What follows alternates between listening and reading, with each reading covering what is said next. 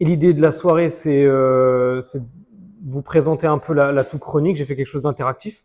Donc, si vous pouvez prendre vos téléphones, vous mettre prêt à scanner un QR code. L'idée, c'est qu'il y aura des sondages. Tout est anonyme, donc rassurez-vous. Et ça va me permettre justement d'interagir. Ensuite, il y a Caroline qui vous présentera plus spécifiquement l'orthophonie, qui est majeure dans la toux chronique. Et ensuite, on parlera du parcours. Juste un petit dicton yiddish qui dit qu'il y a 3 choses qui peuvent pas être cachées dans la vie.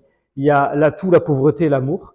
Donc je parlerai que de la toux, je n'ai pas prétention de parler d'autre chose. Je vous parlerai uniquement de la toux. Ce sont mes liens d'intérêt qui n'ont aucun intérêt. Et donc je vais beaucoup m'appuyer sur les recommandations qu'on a fait via les différentes sociétés savantes qui sont ici, la SFORL, donc la Société française d'ORL, de gastro, de phoniatrie, de pneumo. Il y a également un orthophoniste qui a participé à la rédaction, un kiné. Enfin bref, c'est multidisciplinaire. On a véritablement un besoin de multidisciplinarité sur la toux chronique.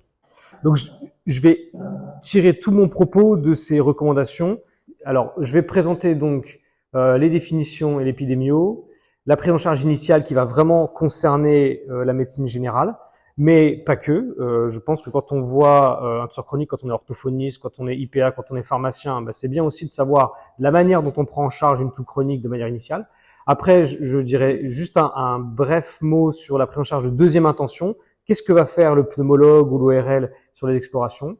Je vous dirai un mot du traitement de la toux chronique réfractaire, et puis ensuite les molécules en développement, avec une petite information de toute dernière minute que j'ai apprise ce matin et qui est extrêmement intéressante. Je vous fais un petit teasing comme ça, je vous mets un peu pour histoire que vous restiez jusqu'au bout. Donc je vous laisse scanner le QR code, ce qui va me permettre de savoir si vous êtes capable de scanner un QR code. Donc à votre avis, à partir de quand on parle de toux chronique? Est-ce que c'est 4 semaines, 6 semaines, 8 semaines, 12 semaines, 6 mois, 1 an? À votre avis? La bonne réponse est 8 semaines. C'est-à-dire que les recommandations internationales disent que c'est à partir de 8 semaines qu'on parle de toux chronique. Donc, en fait, les recommandations internationales et françaises qui sont affichées ici, ce sont les françaises, c'est qu'on détermine la toux chronique à partir de 8 semaines. Pourquoi? L'idée, c'est de faire la différence entre une toux aiguë, que vous voyez très souvent en médecine générale, mais probablement les pharmaciens aussi, avec j'ai fait une rhinopharyngite aiguë et je tousse pendant 1 semaine, 2 semaines, 3 semaines, c'est viral, ça rentre dans l'ordre dans 99% des cas.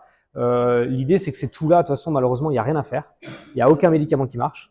Dans les recommandations, c'est uniquement le miel. Alors, je vous transmets après. Je sais que vous vendez beaucoup, vous prescrivez beaucoup de médicaments antitussifs qui n'ont aucun intérêt en dehors d'avoir des effets secondaires. Voilà, c'est balayé. Et donc la toux chronique, c'est une. Non, mais je vous le dis, hein, je vous parle de ce qui est scientifique et sur le plan scientifique, il n'y a aucun traitement antitussif qui n'a démontré son efficacité. Pour faire la différence avec la toux chronique, qui est une toux qui va évoluer sur plus de 8 semaines et dont la probabilité qu'elle s'améliore spontanément est extrêmement faible. C'est-à-dire qu'à partir de 8 semaines, c'est là où on va commencer à explorer les gens et à traiter les gens.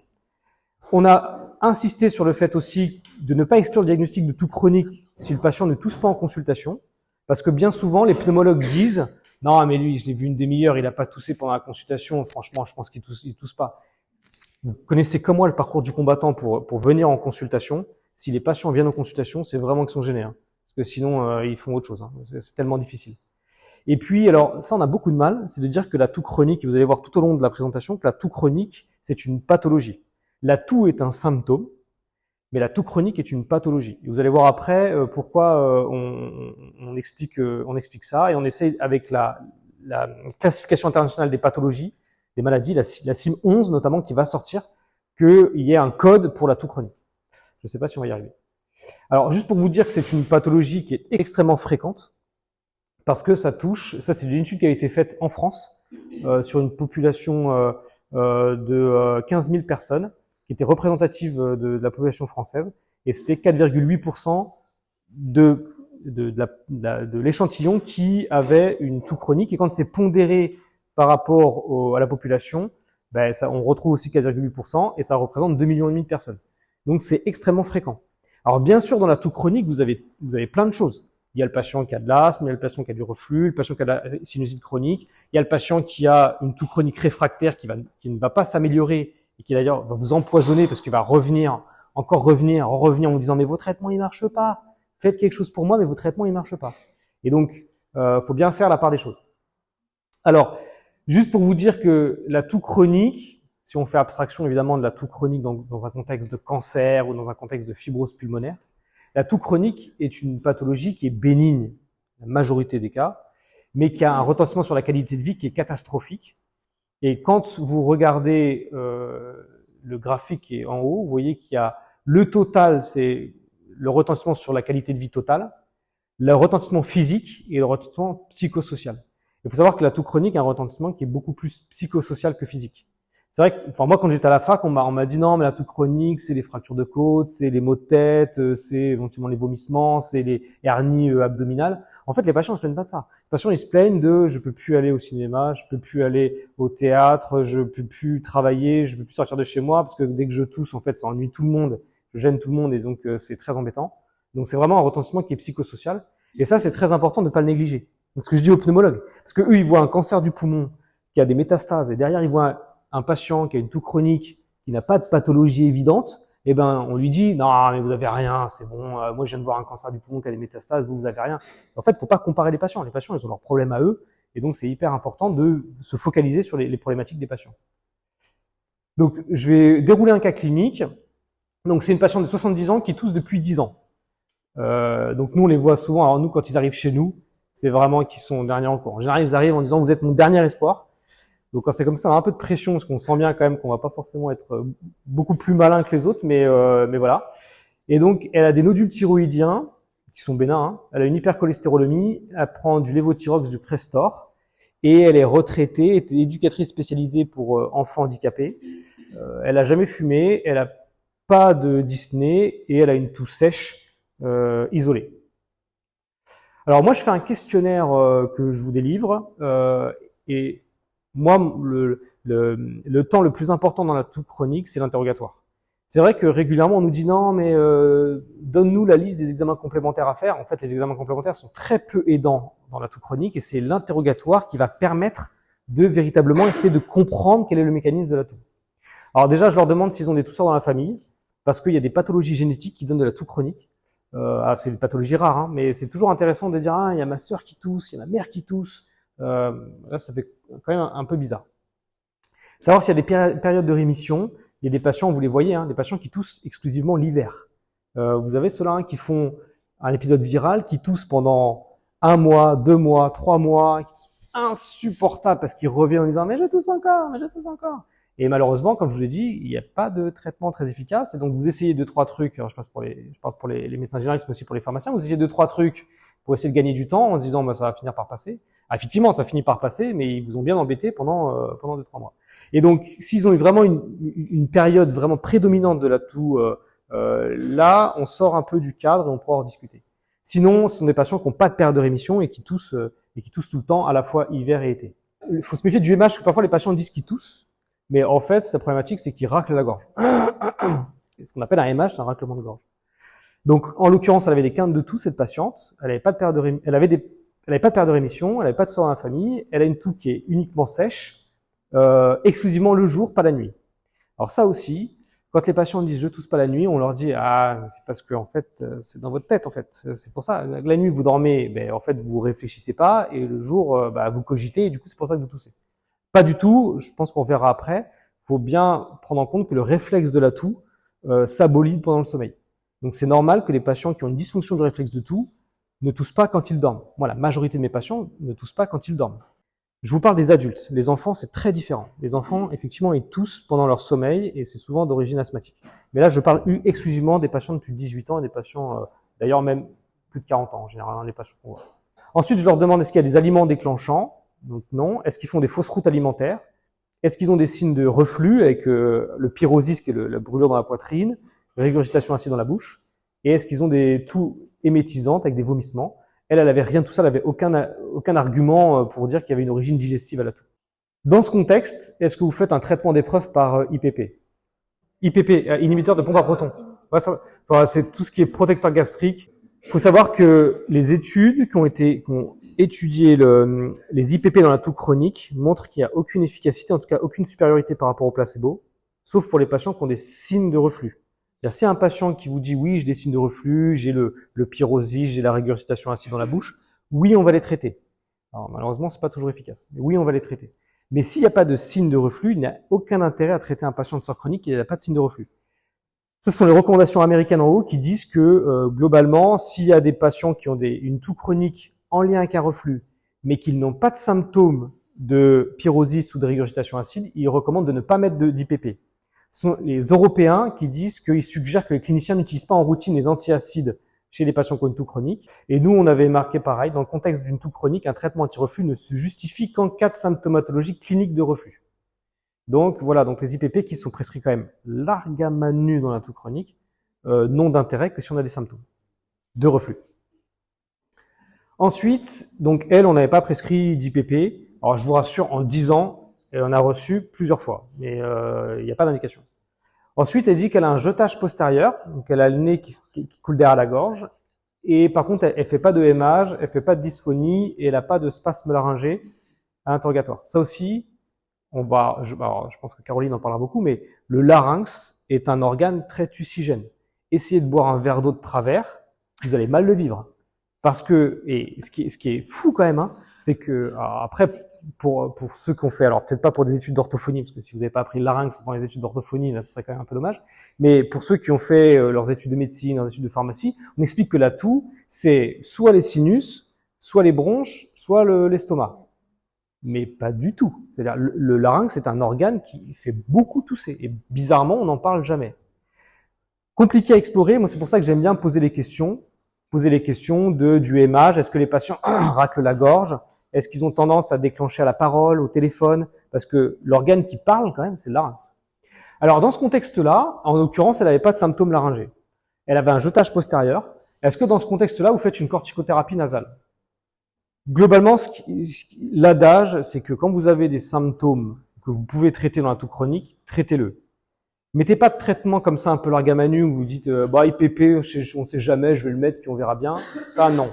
Par contre, un patient qui vous dit effectivement j'ai le nez qui coule, je sens que j'ai des sécrétions, dans ce cas-là, lavage de nez. Il y a des patients qui arrêtent de tousser avec le lavage de nez. Hein. Mais du sérum physiologique matin et soir, ils font ça pendant un mois et toussent plus. Hein. Donc parfois on s'astreint à leur mettre des traitements hyper complexes, lavage de nez, de l'eau, du sel, ça marche hyper bien. Quand on a des symptômes d'écoulement nasal, c'est vrai que la corticothérapie nasale, ça vaut le coup d'essayer. Donc, on fait des traitements d'épreuve avec la corticothérapie nasale parce que ça a un vrai intérêt. Donc, traitez tout ce que vous pouvez traiter quand vous avez des symptômes qui sont présents en face de vous. Donc, elle a été traitée par corticothérapie nasale et lavage de nez. Elle revient à 3 mois, mais elle tousse toujours. Elle vous dit, ouais, c'est sympa votre traitement, je l'ai fait. Hein. Alors, pour une fois, elle l'a fait parce qu'ils le font pas tous. Mais elle l'a fait et elle dit non, franchement, ça marche pas. Donc, qu'est-ce que vous pouvez me proposer? La question, c'est est-ce que vous faites une corticothérapie inhalée dans ce contexte? Elle n'a pas de symptômes d'asthme. Hein. Elle se plaint pas de symptômes respiratoires en dehors de cette toux isolée, toux chronique. Alors, vous étiez plutôt à dire non. Alors, c'est un peu l'exception qui confirme la règle. C'est-à-dire que ce qui est dit dans les recommandations, ce sont les recommandations européennes en haut et françaises en bas, c'est que chez les patients qui ont une toux chronique, vous avez traité ce que vous pouviez traiter, ou il n'y a aucun argument pour des symptômes, on met systématiquement en route une corticothérapie inhalée. Donc, les Européens disent 2 à 4 semaines, et nous, on avait mis 4 semaines. Bon, globalement, en général, nous, comme on les revoit très loin, vous savez que les rendez-vous de pneumologie, ils sont là-bas, comme ils sont très loin, on les traite plusieurs semaines, voire plusieurs mois, parce que parfois, il y a des patients qui ont des effets on-off qui sont incroyables. C'est-à-dire, vous les mettez sous corticothérapie inhalée, et là, d'un seul coup, ils arrêtent de tousser. Et donc, tout ce que je vous disais, c'est-à-dire aucun traitement s'il n'y a pas de symptômes, sauf pour la corticothérapie inhalée. Si vraiment vous dites non, mais il n'y a rien, on le fait quand même de manière systématique. Si avec une corticothérapie inhalée, ils arrêtent de tousser, c'est la situation la plus confortable pour tout le monde. Ça va éviter de se prendre la tête, quoi. Et puis, le traitement inhalé, c'est pas un traitement à la demande. C'est un traitement de fond, comme on peut faire dans l'asthme. C'est-à-dire, c'est matin et soir ou une fois par jour, si le traitement se prescrit une fois par jour, pendant plusieurs semaines. Il faut bien expliquer aux patients, c'est pas à prendre quand ils toussent, c'est à prendre systématiquement quand on leur dit de prendre le traitement, que ce soit matin et soir ou une fois par jour. On peut rajouter un bronchodilatateur de longue durée d'action. Vous savez pour ceux qui ne connaissent pas bien, mais on peut avoir un traitement avec la cortisone inhalée, on peut rajouter un bronchodilatateur en plus dans le traitement. On peut faire ça quand on a une obstruction bronchique sur la spirométrie. Bon voilà. Après, en soi, si vous voulez mettre juste un corticoïde, si vous voulez mettre les deux, ça change pas la face du monde, peu importe. Alors, on a fait la corticothérapie inhalée et globalement, elle dit non, mais franchement, ça marche pas. Et puis en plus, quand je prends le traitement, ça me fait tousser. Donc voilà. Alors moi, j'avoue que j'aime bien la chambre d'inhalation chez les patients qui ont une toux chronique parce que le simple fait de faire une inhalation profonde va un peu stimuler le larynx et va déclencher la toux. Donc c'est vrai que j'aime bien prendre, comme ils respirent tranquillement dans la chambre d'inhalation, vous savez, comme les bébés quand on fait les traitements, ben là on fait pareil. Et moi je préfère ce dispositif-là. Ensuite, alors les questions qui sont hyper importantes, c'est tous les facteurs déclenchants de la toux. Alors, c'est pas toujours évident parce que vous savez comme moi que l'interrogatoire chez les patients est parfois un peu fluctuant. Alors, parfois c'est un peu étrange parce que vous posez 2 questions et une réponse opposée à 10 secondes d'intervalle. Comment il a fait quoi? Les changements de position, ça c'est toujours intéressant de savoir s'il se tourne, quand il se couche, ainsi de suite. Les changements de température, on va voir après pourquoi. Hein. Donc elle avait les changements de température, elle n'avait pas les changements de lieu. Poussière, animaux, pollen, alors pour moi c'est un distracteur, parce que si le patient répond oui à tout, très étrange. En général, pollen, animaux, c'est pas le problème. Il y a dans l'inconscient collectif, le fait d'avoir une toux chronique, il y a forcément un lien avec l'allergie. Alors je ne sais pas pourquoi. Je dirais 99% des gens qui ont une toux chronique qui évolue notamment depuis 10 ans, ben en fait ils n'ont pas d'allergie. Hein. Enfin, sincèrement, l'allergie chez l'adulte est très peu pourvoyeuse de toux chronique isolée. Évidemment, si vous avez une rhinite allergique présente, oui évidemment. Mais une toux chronique isolée, l'origine allergique, elle est. Moi, je fais même pas d'exploration. Je suis allergologue, hein. Je fais même pas d'exploration allergologique dans ce contexte-là, parce que vraiment, ça n'a aucun intérêt. Donc, si vous dit oui, les pollens, machin, un peu étrange. Donc, pour moi, c'est un distracteur. En fait. Ensuite, je leur pose la question fumée, peinture, tout ce qui va être, je dirais, qui va déclencher les récepteurs à la toux.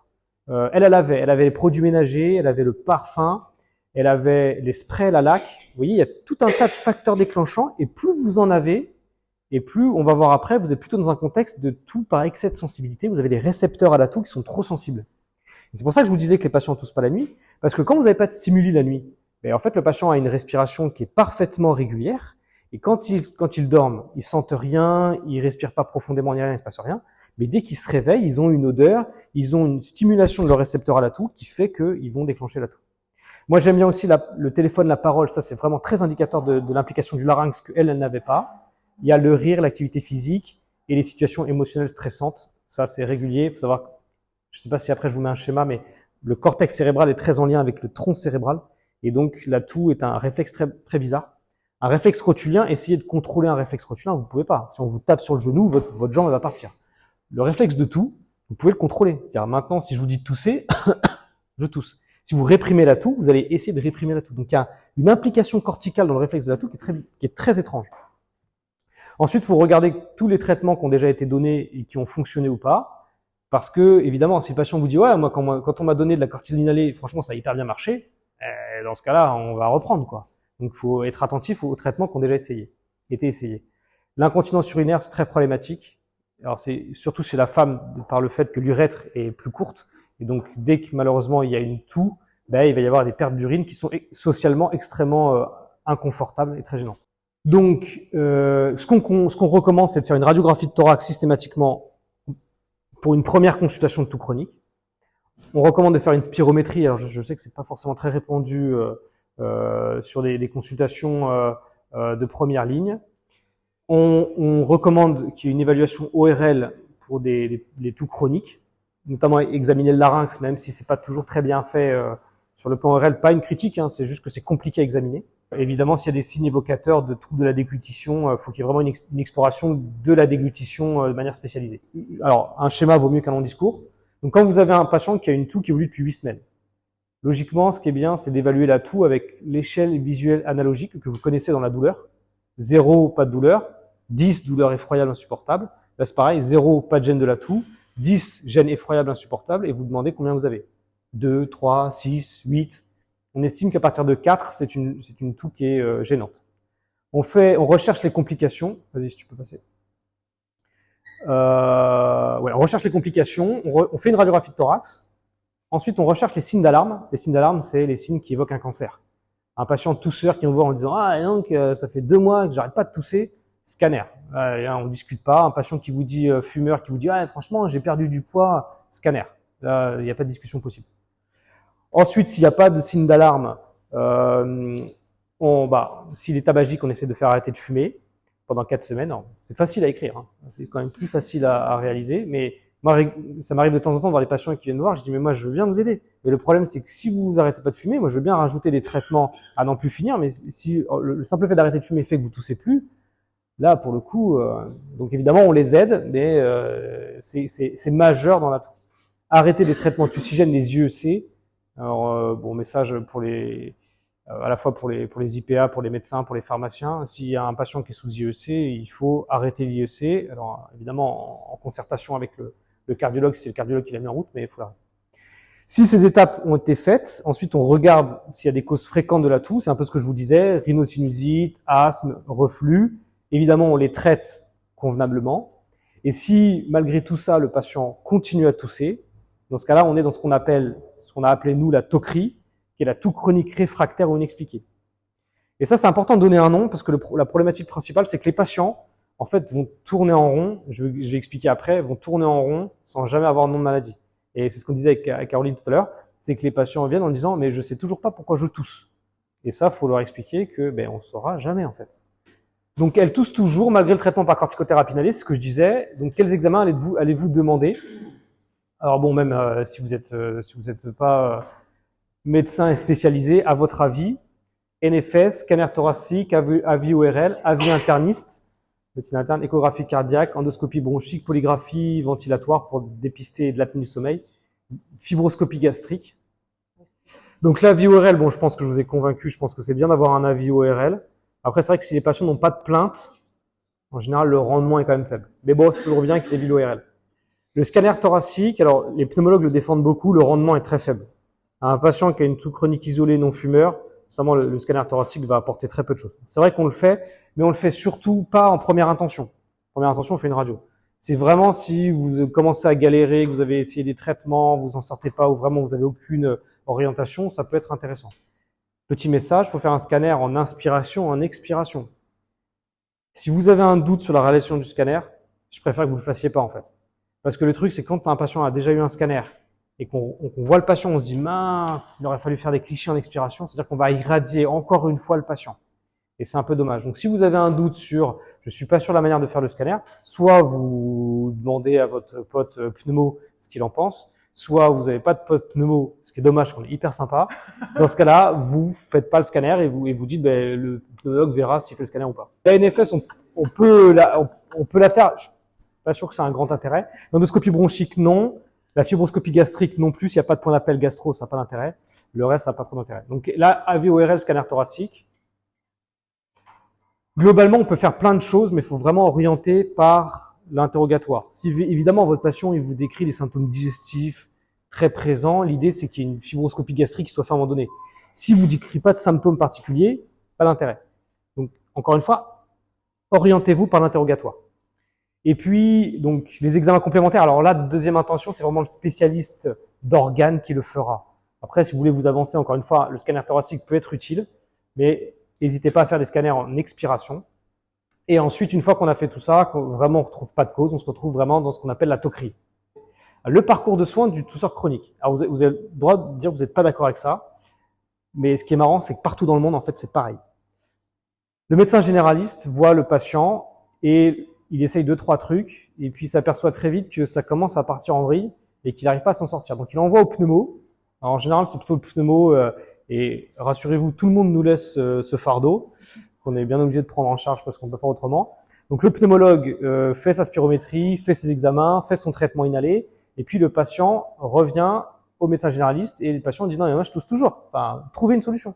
Donc ensuite il va voir l'ORL, l'ORL fait la nasofibro, ensuite essaie 2-3 trucs, revient au médecin généraliste et le patient dit mais je tousse toujours. Donc il envoie au gastro-entérologue qui fait la fibroscopie gastrique, qui essaye 2-3 trucs, IPP machin, revient au médecin généraliste et dit je tousse toujours. Alors, j'ai essayé de montrer que ce parcours est enfin, j'allais dire absurde, pas absurde, mais qu'il faut changer cette manière de faire. Donc, moi, j'utilise le paradigme de Kuhn, qui est un philosophe de la science, et en fait, il étudie la manière dont la science évolue. Et donc, il dit, il y a une science normale, avec l'adoption unanime d'un paradigme. Le paradigme, c'est de dire, ben, en fait, c'est soit les bronches, soit l'estomac, soit les sinus. Donc vous envoyez au pneumologue, au gastro-entérologue et à l'ORL. Mais le problème, c'est qu'il y a une anomalie, parce que de ce que je viens de vous présenter, c'est pas un patient en France tous les 10 ans. En fait, c'est plein de patients régulièrement, et donc il y a une crise. Il y a à dire, non, mais là, il y a un truc qui va pas. Donc il faut changer la manière de voir les choses. Si on ne change pas la manière de voir les choses, les patients vont continuer à tourner comme ça en permanence. Et nous, moi, je vois des patients à 10 ans, et en fait, ils me ramènent un tas comme ça, et avec des examens qui ont été faits tous les 2 ans, ils ont des scanners tous les 2 ans, ils ont des fibros tous les 2 ans, mais à chaque fois, c'est normal. Et ça marche pas. Donc, le problème, c'est que notre cerveau, il est fait pour faire toujours encore la même chose. Donc là, si vous lisez en haut, selon une étude de l'université de Cambridge, l'ordre des lettres dans un mot n'a pas d'importance. La seule chose importante, c'est que la première et la dernière soit à la bonne place, parce que votre cerveau, il est habitué à lire comme ça. Et que ce parcours que je vous ai dit juste avant, c'est que ça marche pas, mais on continue à le faire. Donc, la vision de la toux chronique aujourd'hui, c'est ce rond bleu où on dit soit du reflux, soit de la rhinosinusite, soit des médicaments, les IEC, soit une pathologie pulmonaire chronique, le tabac, BPC ou l'asthme. Mais au milieu, il y a tout un tas de patients donc, qui correspondent à rien de tout ça et qui disent mais en fait moi je continue à tousser mais je suis rien de tout ça. Donc on a dit à partir de maintenant on va appeler ces patients-là TOCRI. On va dire on va leur donner un nom, on va leur dire vous appelez toux chronique réfractaire inexpliquée, c'est votre pathologie. L'une des problématiques aussi c'est le larynx. Bon, parmi les patients qui ont une dysfonction des cordes vocales, il y en a 90% qui toussent, et parmi ceux qui ont une toux chronique, il y en a 70% qui ont un mouvement paradoxal des cordes vocales. Il y a un lien extrêmement étroit entre la dysfonction du larynx et la toux chronique. C'est pour ça que d'ailleurs les orthophonistes, vous êtes là, parce que le larynx est très problématique. Comment on fait? Alors j'ai marqué pour le pneumologue, moi j'adore cet organe. Le larynx me passionne, alors j'aurais peut-être dû faire autre chose, mais le larynx me passionne, parce que c'est vraiment un organe qui est extrêmement complexe, qui a une connexion avec le tronc cérébral, avec le cortex aussi. Vous vous êtes jamais demandé pourquoi des gens qui parlaient en public avaient la voix qui chevrotait. Il n'y a pas de pathologie du larynx, c'est des patients qui, en dehors de parler au public, en fait, ont une voix normale. Dès qu'ils se mettent à parler au public, ils ont une voix qui chevrotte. Non, ça vous a jamais... Bon, ça passionne que moi, visiblement, c'est pas grave. Je vais donner un exemple. Ouais, mais c'est fou quand même. C'est-à-dire que le cortex a une action sur le larynx. Il y a quand même très peu d'organes comme ça. Comment dépister ça? Comme je disais, la dysphonie, le hémage. Moi, je pense que le jetage postérieur, c'est pas que le nez coule derrière, c'est qu'il y a un trouble de la sensibilité du larynx dont on a l'impression d'avoir des sécrétions qui coulent. On a tous des sécrétions qui coulent en fait, mais on les sent pas parce que c'est physiologique. Là, ce sont des patients qui sentent trop. Et donc, globalement, le schéma est un peu celui-là, c'est-à-dire qu'il y a des patients qui ont vraiment une toux chronique réfractaire ou inexpliquée, et dans l'eau, il va y avoir une dysfonction du larynx qui va être parfois souvent passée inaperçue. Comment est-ce qu'on explique ces patients qui ont une toux chronique réfractaire? Pourquoi est-ce qu'ils toussent? Donc, l'hypothèse des Anglais, c'est de dire qu'il y a une toux chronique par excès de sensibilité, c'est-à-dire que on a l'épithélium des bronches du larynx, où il y a des récepteurs à la toux, et vous pouvez retenir le P2X3, qui est un récepteur qui va beaucoup nous intéresser dans l'avenir. Vous allez de travers un verre d'eau. Il y a un message qui va être transmis au noyau solitaire au tronc cérébral. Le tronc cérébral va demander au cortex, qu'est-ce que je fais? Est-ce que je tousse ou pas? Ensuite, le cortex va dire, OK, là, il faut tousser parce que le message est quand même très important, il faut tousser. Et ensuite, il va y avoir un message au niveau des muscles thoraciques pour tousser. Ce qui se passe, c'est que les patients qui ont une toux chronique réfractaire, en tout cas une toux chronique par excès de sensibilité, ces récepteurs sont trop sensibles et quand ils sentent du froid, quand ils sentent une odeur, quand ils parlent, eh ben, ils vont déclencher ces récepteurs qui sont trop sensibles. Donc, comment est-ce qu'on peut faire pour traiter ces toux par excès de sensibilité, ces toux chroniques réfractaires ou inexpliquées? Vous avez bien compris qu'en fait, c'est une pathologie neurologique. C'est pas un problème de bronche, c'est pas un problème d'estomac, c'est pas un problème de sinus ou de nez, c'est un problème de neurologique. Et donc, ce qu'on dit nous, c'est que chez des patients qui ont une toux chronique réfractaire ou inexpliquée, tout a été prise en charge de première et deuxième intention ont bien été faites, et malgré cela, le patient continue à tousser malgré une bonne prise en charge. Et ben, on a dit, dans ce cas-là, il faut leur mettre un neuromodulateur. Les neuromodulateurs qu'on utilise sont le Laroxyl, qu'on utilise à faible dose. Moi, j'utilise entre 5 et 15 gouttes. Le Lyrical Neurontin sont très compliqués d'utilisation parce qu'en fait, il faut des fortes doses. Et aux fortes doses, en fait, les patients, ils dorment. Alors, ils toussent plus, mais ils dorment. Donc, c'est un peu le problème. Et après, on utilise la morphine à faible dose. Alors, c'est vrai que souvent, j'ai des petites difficultés avec les patients, mais aussi parfois avec des confrères généralistes ou des pharmaciens qui, en fait, ne comprennent pas pourquoi. Alors, c'est recommandé. Là, je vous ai pas mis le détail parce que dans les recommandations, on recommande d'utiliser la morphine Alors souvent, j'utilise un peu en dernière intention parce que c'est à mauvaise presse, mais c'est à 5 mg d'oxycontin matin et soir. Franchement, c'est hyper bien toléré, ça marche hyper bien. Des gens qui sortent plus de chez eux, ils reviennent en consultation, ils sont transformés et ils vous disent mais merci, franchement merci parce que ma vie a changé. Donc c'est pour ça qu'il faut pas sacrifier la morphine. Bref, ce sont des traitements neuromodulateurs qu'on peut utiliser. Les traitements, vous voyez que j'ai pas de traitement contre la toux à vous proposer. J'utilise d'autres traitements qui sont utilisés dans d'autres pathologies. Par contre, la rééducation orthophonique dont va parler Caroline est majeure. Encore une fois, vous avez un larynx qui dysfonctionne. Si vous avez une entorse du genou, vous n'allez pas prendre des médicaments pour l'entorse du genou. Vous allez faire une rééducation de votre genou pour que votre genou retrouve la sensibilité, la proprioception d'avant. Et ben là encore, votre larynx a dysfonctionné, soit parce que c'est lui qui dysfonctionne, soit parce qu'il a subi une toux qui a évolué depuis tellement d'années qu'il faut le rééduquer. Et l'orthophonie, ça sort pas juste, parce que parfois les patients ils se disent non mais le mec il a envie de me dégager vers un autre, donc il me donne de l'orthophonie. Pas du tout.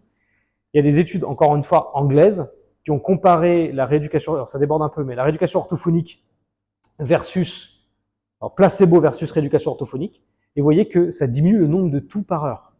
Ce qui est incroyable, c'est-à-dire que c'est un critère dur, le nombre de toux par heure. C'est pas juste le patient qui vous dit « Ah, je me sens un peu mieux ».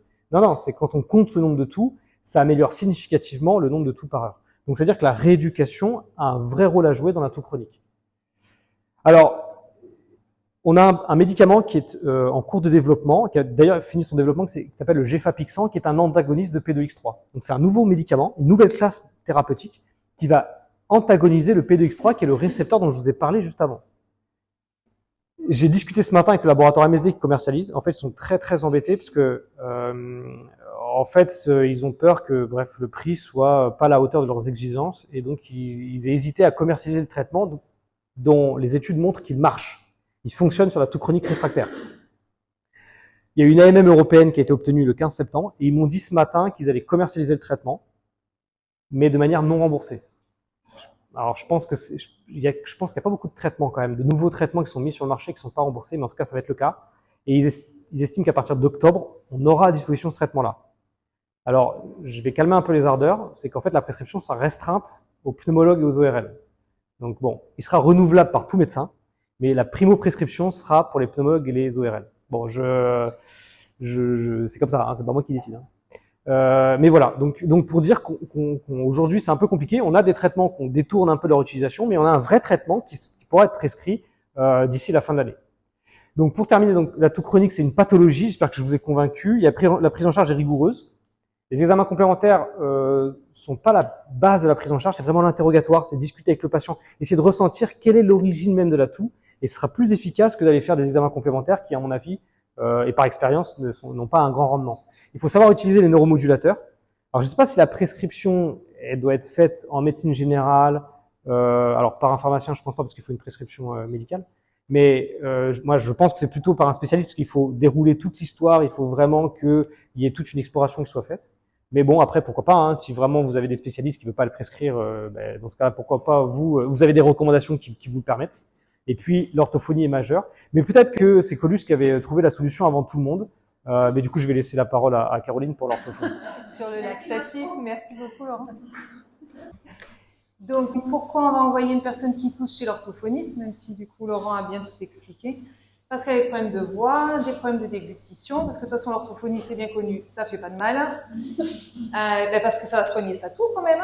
Ou est-ce que vous avez d'autres idées ou vous ne savez pas? Donc, parce que ça va soigner la toux, et non. On a des pouvoirs magiques, mais pas partout. Donc, on n'a pas une super cape. Les problèmes de voix sont souvent associés, on va le voir après. Les problèmes de déglutition, effectivement, ça peut être associé aussi. L'orthophonie, ça fait pas de mal, évidemment.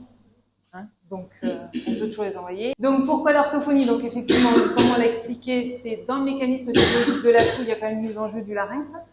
Quand j'ai fait donc plusieurs fois les différents congrès et journées de la toux qui sont animés par Laurent, c'est vrai que je suis toujours très étonnée de voir que les médecins ne pensent pas au larynx, alors que la toux est produite, le bruit qu'on entend, c'est produit par le larynx.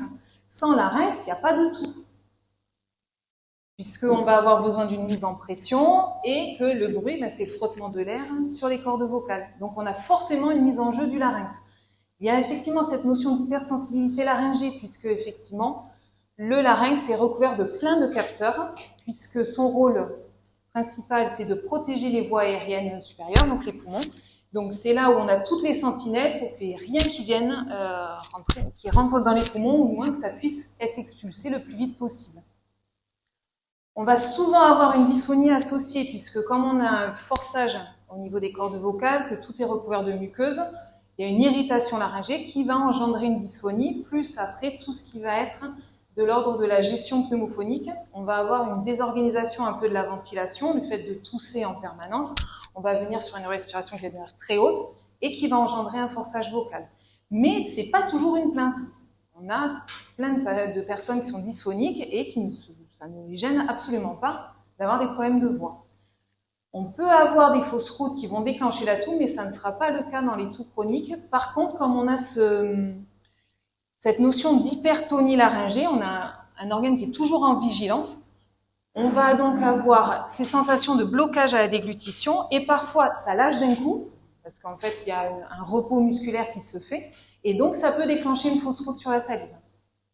Mais c'est pas il ne va pas y avoir des mécanismes de dysphagie comme on peut avoir.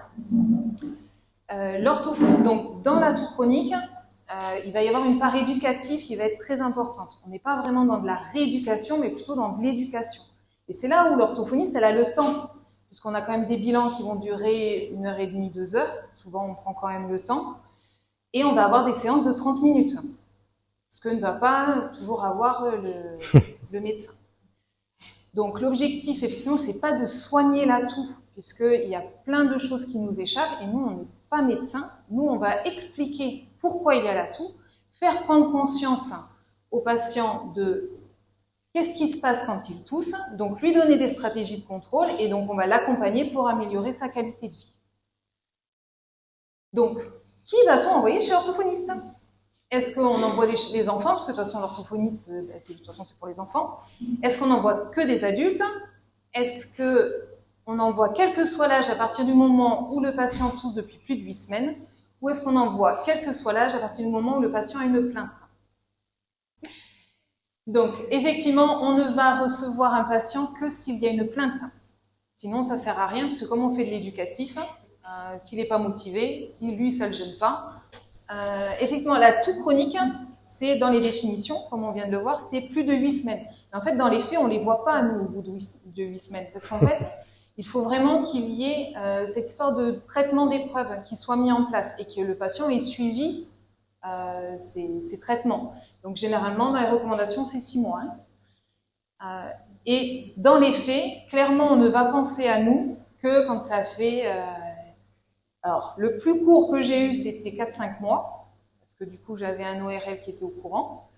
Mais ensuite, souvent, on les a quand même au bout de 3 ans, 5 ans, 10 ans. J'ai même eu 25 ans, 32 ans. Parfois, c'est vraiment des choses qui durent depuis vraiment très longtemps. Et effectivement, il nous faut absolument une plainte. C'est pour ça qu'on n'aura pas les enfants. On va avoir des toux chez l'enfant, pas de toquerie. C'est souvent des problèmes effectivement d'asthme, de problèmes ORL. Et l'enfant qui tousse, ça ne le gêne pas en fait. Ça va gêner ses parents. Mais lui, il a pas de problème avec ça. Donc, on ne va pas pouvoir rééduquer. On va pouvoir, c'est un patient qu'on suit déjà pour d'autres problèmes, on va pouvoir lui dire, tiens, t'as vu, tu tousses, tiens, essaye ça. On peut donner quelques petites astuces. Donc, il s'en saisit ou il ne s'en saisit pas, mais par contre, on ne va pas pouvoir l'obliger à s'en occuper. Les ados, c'est très compliqué parce que souvent, il y a des bénéfices secondaires. C'est-à-dire que ça les arrange bien en cours de sport, de se mettre à tousser, etc. Et du coup, je ne peux pas courir. Donc, ça, il y a ce phénomène-là, mais il y a aussi la notion de ILO, donc c'est l'obstruction laryngée induite par l'effort, donc c'est à l'envers. Sous l'effort, on va avoir des contractions laryngées, donc c'est des spasmes laryngés, donc on est plus sur le dysfonctionnement, le mouvement paradoxal des cordes vocales. Et donc là, ça peut induire des toux pour essayer de se débloquer, mais c'est une rééducation qui est différente. Donc, qui oriente vers l'orthophoniste? Donc, est-ce que ça va être le médecin traitant, le pneumologue, l'ORL, le gastro, le pharmacien ou l'infirmière? Effectivement, tout le monde va pouvoir plus ou moins orienter, mais pas l'infirmière et le pharmacien. C'est-à-dire que vous allez pouvoir dire, allez voir votre médecin, parlez-en et éventuellement parlez-lui de l'orthophonie. Mais par contre, il nous faut absolument une prescription médicale. Donc, tout dépend de si le médecin est au courant ou pas. C'est-à-dire qu'il y a encore des ORL, des pneumos, des médecins qui ne sont pas au courant que l'orthophonie peut intervenir dans la toux chronique.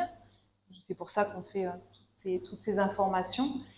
Et le gastro, c'est très, très, très, très rare. Il faut vraiment que ce soit le gastro qui me connaisse, en fait, parce que du coup, j'en ai parlé, qui a orienté. Mais je crois que ça m'est jamais arrivé. Ça m'est arrivé une fois. Le gastro, il oriente pas spécialement. Lui, il regarde si ça marche, et puis après, il renvoie au médecin généraliste. Donc, ça sera surtout les médecins généralistes, les ORL, et de plus en plus les pneumologues quand ils sont au courant de cette notion de dysfonction laryngée. Mais sinon, ils n'orienteront pas. Il nous faut vraiment, pour pouvoir démarrer notre éducation, il nous faut vraiment le parcours complet. Donc, il faut qu'il ait vu le médecin traitant, le pneumo, l'ORL, le gastro. Le médecin traitant, évidemment, en premier. Et après, c'est en fonction des places et des disponibilités, chez qui on a une entrée le plus rapidement possible. Souvent, quand même, l'orthophonie, on arrive après des années d'errance et d'échecs thérapeutiques. Donc, on est un peu la dernière chance. Mais de plus en plus, on peut aussi intervenir à la demande d'un premier spécialiste. C'est-à-dire que, par exemple, il a vu l'ORL qui a parlé de l'orthophonie. Le rendez-vous chez le pneumo, il va être que dans 6 mois. Donc, on peut les prendre en bilan, ne serait-ce que pour un peu défricher le terrain, rassurer le patient, l'informer sur sa toux et commencer à lui donner quelques clés. Et bien, on explique de toute façon au patient qu'on n'est pas là pour soigner la toux. On est là pour donner des clés pour pas qu'il subisse cette toux en permanence. Donc, à mon sens, dans ma pratique, ce n'est pas gênant qu'on le voit entre 2 rendez-vous, puisque ça va donner des clés ensuite au spécialiste qui sera vu ensuite. On aura fait l'anamnèse, on aura essayé des choses, et si ça ne marche pas, ça donnera des clés pour le diagnostic différentiel ensuite.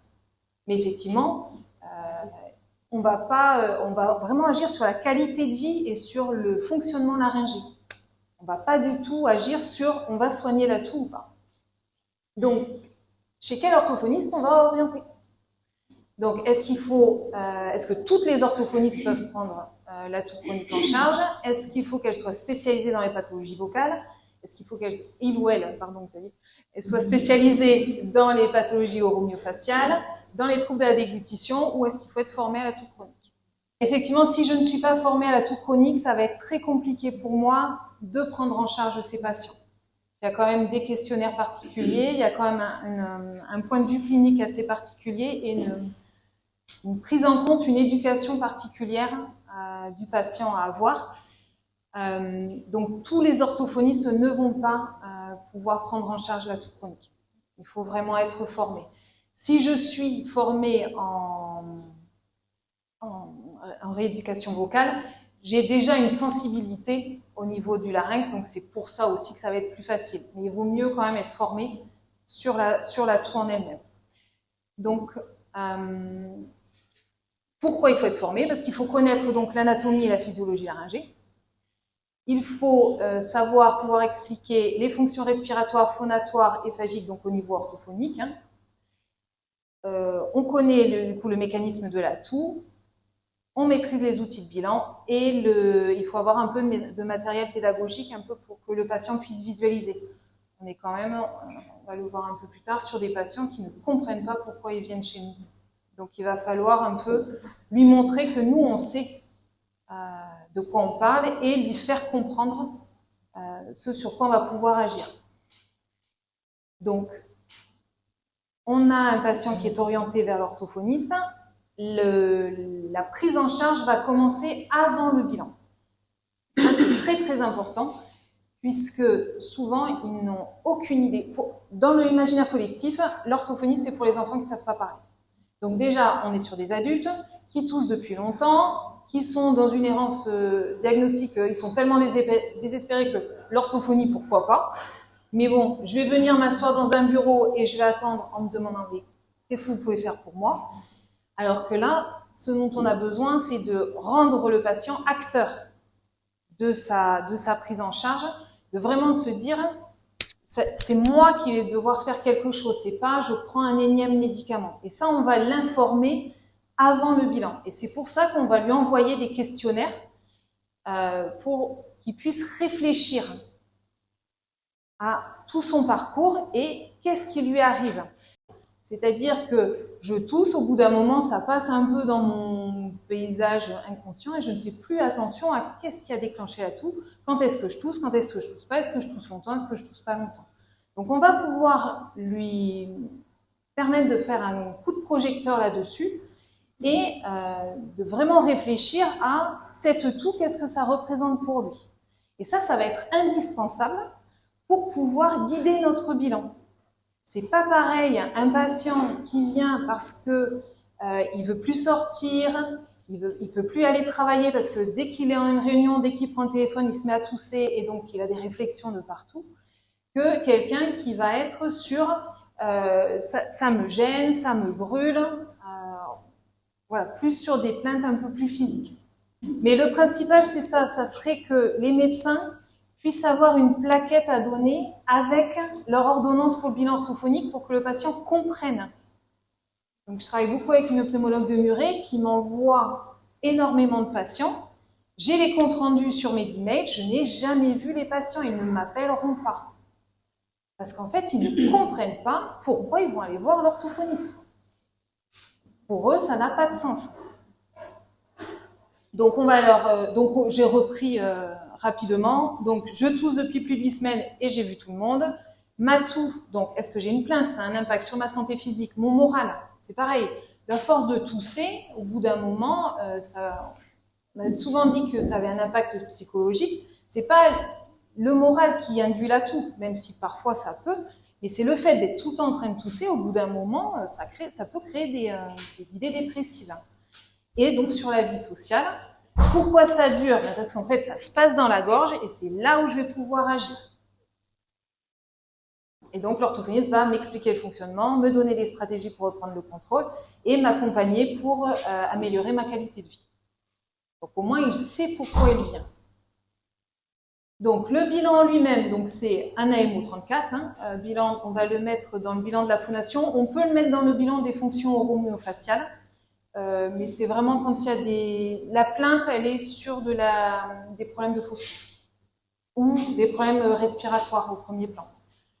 Donc souvent ça dure 1h30 à 2h. Pendant ce bilan, on va reprendre les questionnaires. Ça va nous permettre de refaire le point et de poser la situation et de dire au patient, vous êtes là parce que vous avez envie de mettre en place des choses, vous avez identifié quelque chose et donc je vais vous accompagner là-dedans. C'est pas moi qui lui dis testez ça. Je pense que là votre toux c'est ça, vous faites ça et on regarde si ça va mieux. Non, on part de ce que nous amène le patient. Et ça c'est primordial parce que il faut pas qu'il nous voie avec une cape, même si on aimerait bien. C'est lui qui va vraiment se prendre en charge. Et c'est vraiment là-dessus que tout se joue. Donc on va expliquer effectivement ce que c'est que la toux et quel est le rôle de l'orthophoniste. On va faire un examen rapide au niveau praxie, voix, déglutition, la toux volontaire, la toux spontanée. De toute façon, c'est souvent des patients qu'on entend tousser dans la salle d'attente. Donc on a déjà plus ou moins notre diagnostic avant de rentrer, surtout si on a lu les questionnaires avant. Les praxies et la voix, on va surtout chercher une hypertonie. Et donc on va regarder le temps maximum phonatoire. Combien de temps il dure? Est-ce qu'ils reprennent souvent leur respiration pour parler? Et après, ça déclenche la toux. Ou alors, ils parlent. Et du coup, ils se mettent à tousser. Et dès le bilan, alors, avant, je le mettais à la fin du bilan, de plus en plus, comme j'ai lu les questionnaires avant, je vais leur proposer une stratégie qu'ils vont mettre en place déjà pendant le temps du bilan. Donc, en fonction de la plainte, on va pouvoir proposer, donc on les verra après, une première stratégie ou une adaptation à mettre en place pendant déjà le temps du bilan. Et comme ça, vous voyez, là déjà, par rapport à d'habitude, vous toussez beaucoup moins. Donc là, on se revoit dans une semaine mettez-le en place et regardez si ça améliore ou pas. Et donc, ils repartent tout de suite avec une clé et ça les engage tout de suite dans le parcours de soins. Quand on est vraiment dans un diagnostic de toquerie, on va, et même de manière générale, on va partir sur un contrat de 5 rendez-vous. Notre objectif, c'est pas de les prendre en charge jusqu'à ce qu'ils ne toussent plus, puisque on ne va pas soigner la toux. Notre objectif, c'est qu'ils prennent conscience de ce qui se passe, qu'ils comprennent sur quoi il va agir, et donc on va voir après ce qu'on va faire exactement. Et j'avais mis, oui, par contre, si on se retrouve après sur une dysphonie, quelque chose qui est plus vaste, effectivement, ça peut durer un peu plus longtemps. Et notre contrat de départ, et c'est très important pour le patient aussi qu'il sache que il repart pas encore pour les examens, une année, etc. On est sur 5 séances. Et au bout de 5 séances, il y a une fin. Donc, je vous ai trouvé une petite image pour vous symboliser un petit peu ce qu'est la toux chronique pour moi. Donc, apparemment, il n'y a que moi qui comprends. Donc, je vais vous expliquer. Le tousseur, c'est le cavalier. La toux, c'est le cheval. Donc, on a une personne qui vit avec sa toux, mais qui a l'impression d'être tout le temps emballée, avec un cheval qui s'emballe et sur lequel il n'a aucun contrôle. Et il a l'impression de se faire balloter en attendant que le cheval se calme tout seul. Ou alors, il va être dans l'attente de surtout, on ne bouge pas pour ne pas que ça s'emballe. Et si en plus, j'ai une foule un petit peu hostile autour de moi, donc je suis dans le métro et j'ai des gens qui, chaque fois que je tousse, vont s'éloigner de 4 pas parce que forcément j'ai le Covid. Si à chaque fois j'ai des réflexions, mais tu tousses encore, mais t'es malade, qu'est-ce qui t'arrive, t'as pas pris ton sirop. Donc ça va augmenter en fait la toux puisque on va avoir de l'émotionnel, donc ça serre encore plus dans le larynx, donc ça enclenche encore plus le mécanisme de toux. Donc l'orthophoniste va venir un peu là juste pour guider, pour calmer un petit peu les choses et pour accompagner. Je vous ai quand même mis la seule étude qui a été faite sur l'efficacité de la toux chronique. Donc on a, par rapport à l'orthophonie, avec ce format en 5 séances sur 2 mois. Donc c'est une étude de Vertigan de 2009. Donc on a dans les impératifs une éducation à la toux chronique, des stratégies de contrôle de la toux, une éducation à l'hygiène vocale pour réduire l'irritation laryngée et des conseils psychoéducatifs. À l'hôpital, ils ont tendance à faire, je fais une séance de ça, une séance de ça, une séance de ça.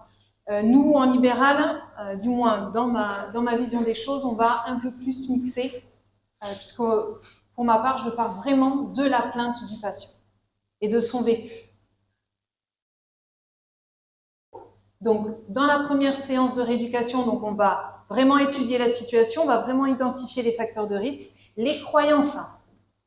J'ai une dame actuellement qui me dit chaque fois que je rentre dans la voiture de mon mari, je tousse parce qu'en fait, il y a une odeur bizarre, etc. Donc en fait, elle se conditionne. Dès qu'elle ouvre la porte, ça y est, elle sent que ça serre, que ça picote et qu'elle va tousser. J'avais une patiente justement de Laurent.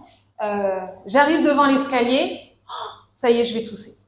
Donc je bloque, je monte vite, vite, vite. Évidemment, je n'arrive pas au bout. Je suis stoppée, je tousse. Et je me suis, en fait, ça entretient le fait que, voilà, dans telle situation, je tousse tout le temps et je ne peux rien y faire. Une dame qui me dit aussi, c'est pareil, voilà, dès que je vois la clim, je sais que je vais tousser.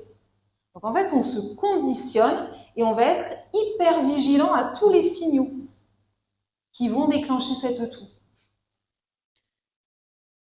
Et il y a aussi le fait que de toute façon, je mourrai en toussant, je vais tousser toute ma vie, etc. Même si on sait que c'est pas grave, on a l'impression qu'en fait, ça ne s'arrêtera jamais et qu'on ne peut rien y faire.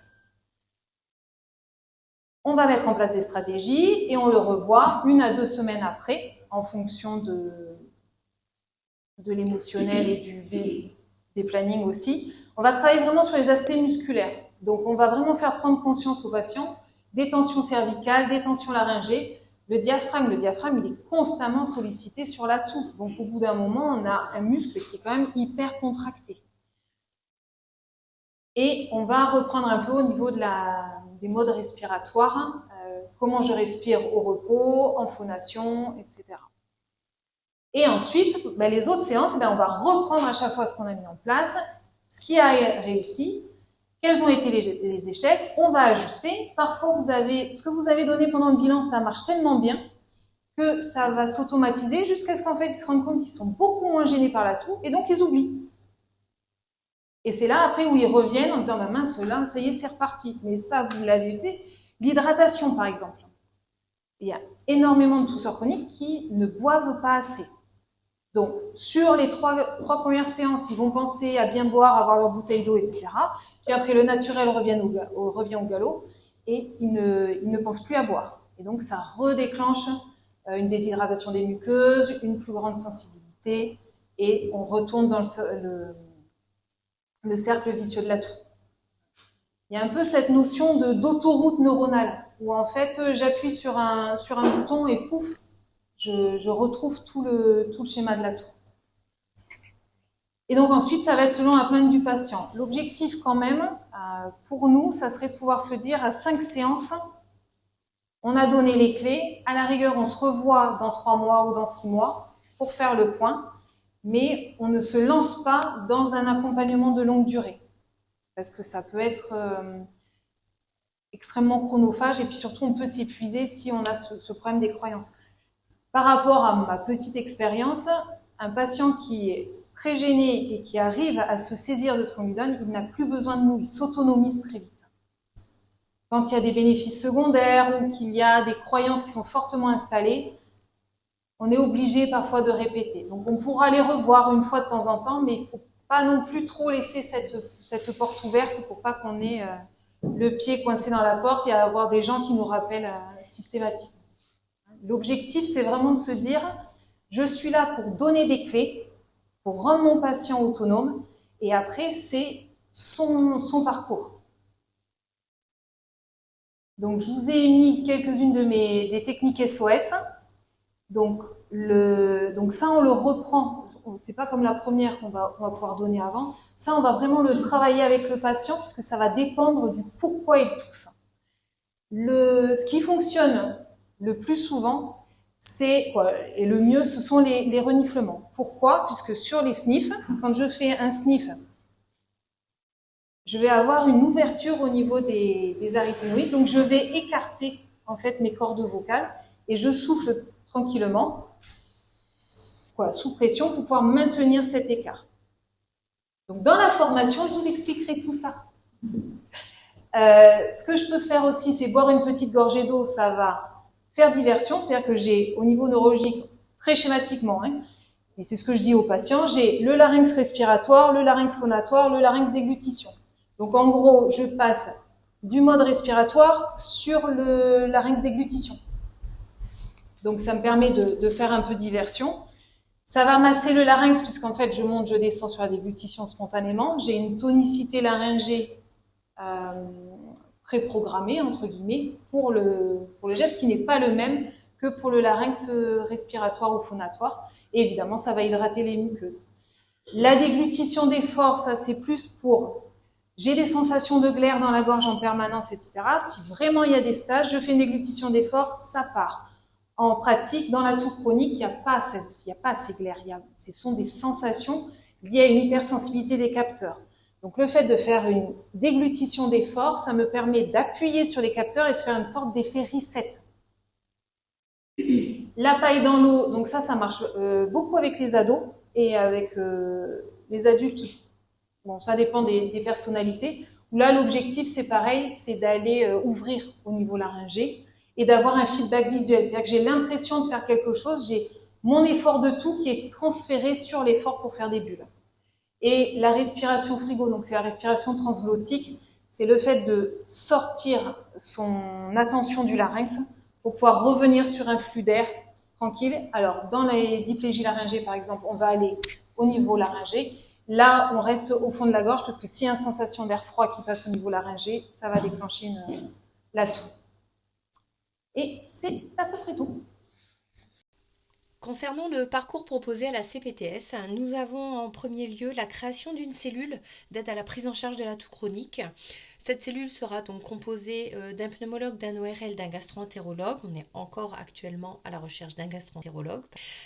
Tout ça réuni autour d'un médecin coordinateur qui réceptionnera les éventuels formulaires de demande d'aide à la prise en charge quand vous vous retrouvez en difficulté face à un patient tousseur chronique.